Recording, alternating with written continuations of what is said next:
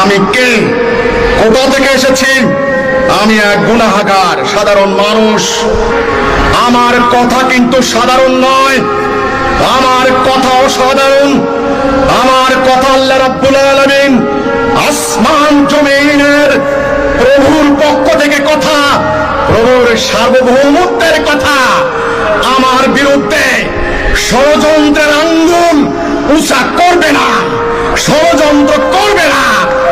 ওই হাত আল্লাহ নিস্তার দেবেন না। মনে রাখো, আমি তোমার উদ্ধারকর্তা, আমি উদ্ধার করতে এসেছি। আমার কথা শুনতে হবে।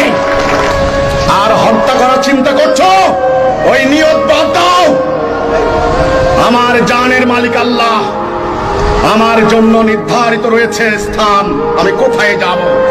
কাজেই হে মানুষ, আমার কথা শোনো তোমরা।